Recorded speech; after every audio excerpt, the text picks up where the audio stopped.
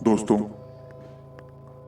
जिंदगी में हर इंसान किसी ना किसी प्रॉब्लम में फंसा हुआ रहता है और वो हमेशा ये कोशिश करता है वो किसी तरीके से इस प्रॉब्लम से बाहर आ जाए, उसके और उसके परिवार के सारे सपनों को वो पूरा कर सके। इसके लिए वो रात दिन मेहनत करता है, मगर कई बार मेहनत के बाद भी उसे वो सफलता नहीं मिलती और उसे वो दौलत नहीं मिलती जिसकी उसे उम्मीद थी। इसी कश्मकश में वो अपनी जिंदगी की उधेड़ बुन में लगा रहता है। आज की कहानी एक ऐसे ही किरदार की है जिसे अपनी जिंदगी में कड़ी मेहनत करने के बाद भी इतनी शोहरत और दौलत नहीं मिल पाई जिसका वो हकदार था। दोस्तों, मैं आपका सूत्रधार सत्या आज एक ऐसी कहानी आपके समक्ष लाया हूँ जिसमें एक इंसान दौलत पाने के लिए एक ऐसी शर्त को कबूल करता है जिसका सच जानने के बाद उसके सामने पछताने के अलावा और कोई चारा नहीं बचता। आज की कहानी का नाम है गुफा का जिन।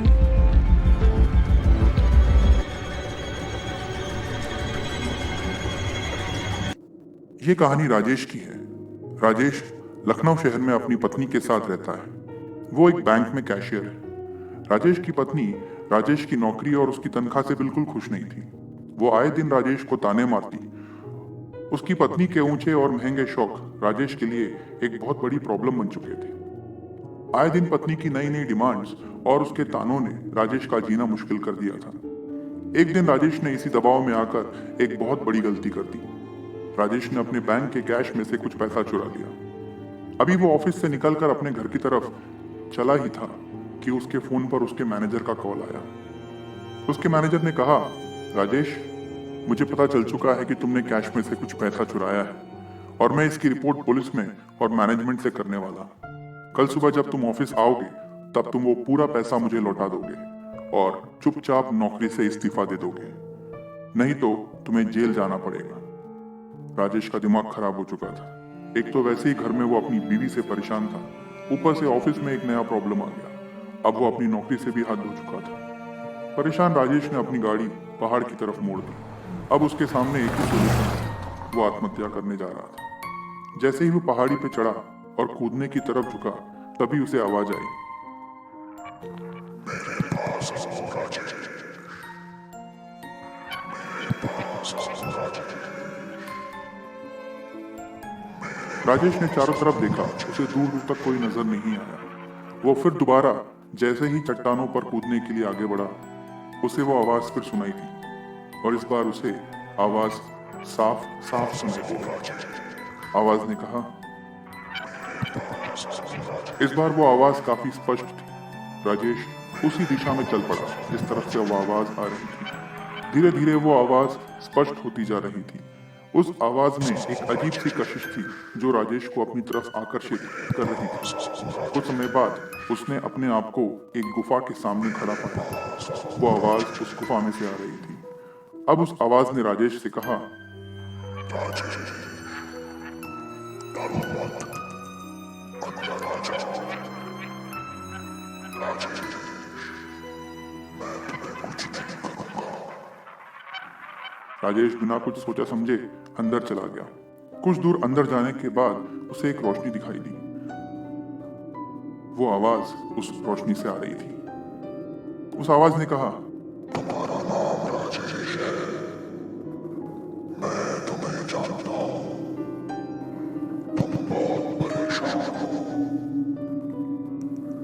मगर अपने आप को मारना किसी समस्या का समाधान नहीं है। अगर तुम चाहो तो मैं तुम्हारी मदद कर सकता हूँ। तुम क्या मदद करोगी मेरी? मैं बहुत परेशान हूँ। मैं जानता हूँ कि तुमने अपने ऑफिस से कुछ पैसे चुराए और ये बात तुम्हारे मैनेजर को पता चल गई है और उसने तुमसे कहा है कि तुम कल तुम्हारी नौकरी ले लेगा। तुम्हें शायद जेल जाना पड़े। तुम इस बात से परेशान हो ना। राजेश ने कहा, तुम्हें कैसे पता? उस आवाज ने कहा, मैं सब जानता हूँ तुम्हारे बारे में। अगर तुम चाहो तो मैं तुम्हारी प्रॉब्लम सॉल्व कर सकता हूँ। राजेश ने कहा, मेरी प्रॉब्लम कैसे सॉल्व हो सकती है? क्या तुम जानते हो मैं क्या सोच रहा हूँ? मैं जानता हूँ तुम अभी क्या सोच रहे हो। तुम यही सोच रहे हो ना कि तुम्हारा मैनेजर मर जाए। राजेश ने कहा, मेरे सोचने से क्या होता है? हाँ, मैं ये सोच रहा हूँ कि वो मर जाए। उसके मरने से मेरी सारी प्रॉब्लम सॉल्व हो जाएगी। उसके अलावा शायद और कोई नहीं जानता कि मैंने पैसे चुराए।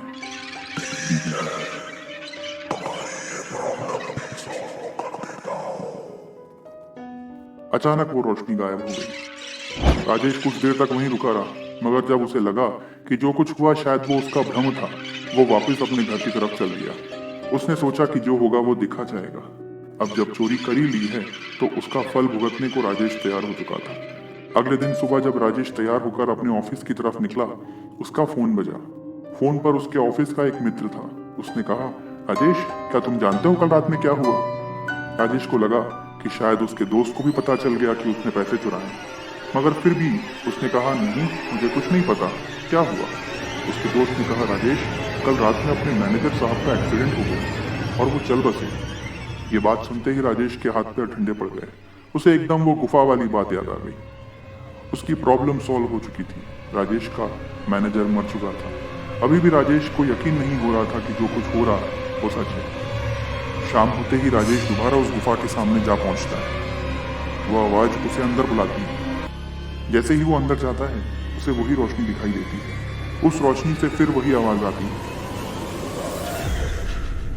अब तो तुमको सोना, अब तो तुम्हारा काम हो गया।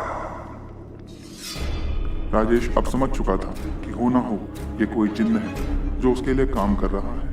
राजेश ने कहा, हाँ, मैं खुश हूँ, मगर जो पैसा मैंने बैंक से चुराया वो मुझे कभी ना कभी लौटाना तो पड़ेगा, और कभी ना कभी उसके लिए मुझे जेल भी जाना पड़ सकता है।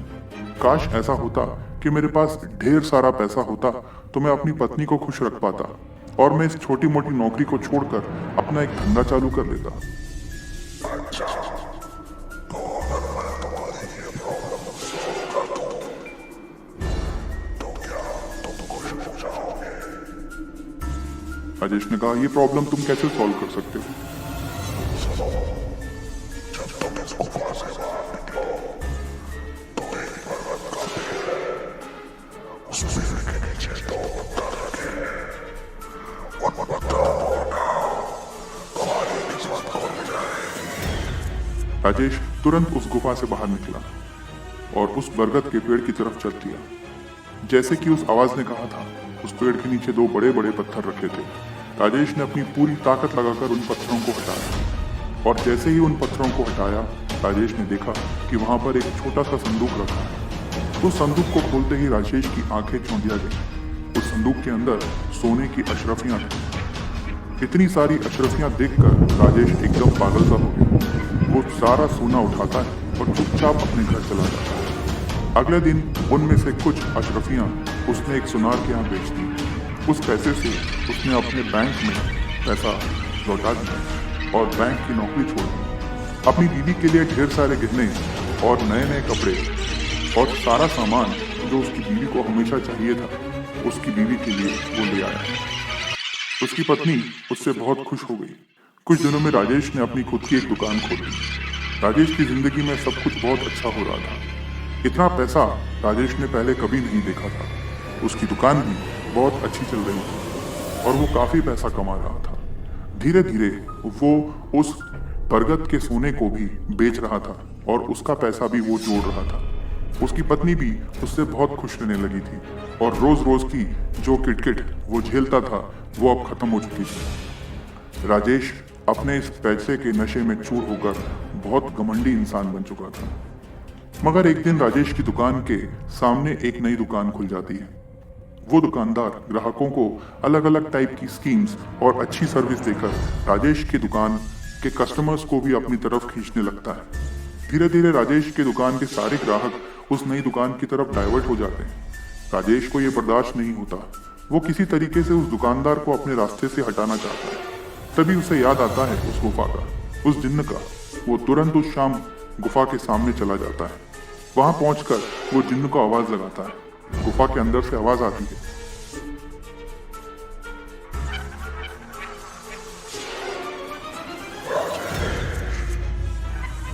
दिनों बाद कैसा है? अब तुम्हें कौन सा काम है? तुम्हारे पास पैसा दौलत सब कुछ तो है, अब तुम्हें मेरी क्या जरूरत? राजेश गुफा के अंदर चला जाता है। राजेश जिन्न से कहता है, मेरे पास सब कुछ है, मेरे पास पैसा है, मेरी बीवी मुझसे खुश है, मेरी एक दुकान है जो ठीक ठाक चल रही है। मुझे दिक्कत है उस आदमी से जिसने मेरी दुकान के सामने अपनी एक दुकान लगाई है और वो मेरे से ज्यादा ग्राहक अपने पास बुला लेता है। मुझे इस बात से जलन होती है। राजेश की ये बात सुनकर जिन्न कहता है, मगर इससे तुम्हें क्या फर्क पड़ता है? तुम्हारे पास ढेर सारी अशर्तियां हैं, तुम्हारे पास ढेर सारा पैसा है, इतना सारा पैसा कि तुम्हारी साथ देकर लड़की खा सकती है। तो फिर तुम्हें उस छोटे दुकानदार से क्या दिक्कत है? राजेश कहता है, मुझे दिक्कत है, मुझे ये बिल्कुल पसंद नहीं कि कोई मेरे सामने दुकान चलाए और मेरे सामने मेरी बेइज्जती करे। काफी समझाने के बाद भी राजेश जिन्न की बात नहीं मानता। राजेश बस अपनी बात पे अड़ा रहता है कि किसी तरह वो दुकानदार को अपने रास्ते से हटाना चाहता है।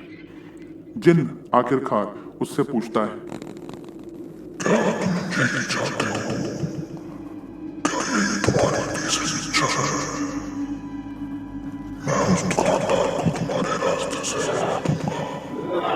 राजेश कहता है, हाँ, मेरी तीसरी इच्छा है कि मैं दुकानदार को अपने रास्ते से हटाना चाहता हूँ और तुम मेरी उसमें मदद करोगे।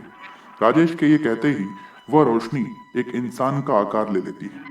अब उस जिन्न को राजेश साफ साफ दिख सकता है। वो जिन्न उसे अपने पास बुलाता है। आओ राजेश, मेरे पास आओ, मेरा हाथ पकड़ो, मैं तुम्हें अपनी सारी शक्तियां दे दूंगा। राजेश ये बात सुनकर बहुत खुश हो जाता है। वो मन ही मन सोचता है कि अगर मुझे सारी शक्तियां मिल जाएंगी तो मुझे बार बार इस जिन्न के पास आकर भीख नहीं मांगनी पड़ेगी। मैं अपने सारे काम अपनी मर्जी से कर लूंगा। और कुछ सोचे समझे बगैर राजेश जिन्न का हाथ पकड़ लेता है। लेकिन जैसे ही जिन्न का हाथ पकड़ता है, जिन्न जोर जोर से हंसने लगता है। तुमने मुझे मुक्त कर दिया, तुमने मुझे इस श्राप से मुक्त कर दिया। राजेश कुछ समझ पाता है इससे पहले राजेश ये देखता है कि उसका शरीर धीरे धीरे गायब होने लगा है। जैसे ही राजेश का शरीर गायब होने लगता है, वैसे वैसे जिन्न का शरीर पूरा होने लगता है। कुछ समय बाद राजेश एक रोशनी बन जाता है। जिन्न पूर्ण रूप से एक इंसानी शरीर में बदल चुका होता है।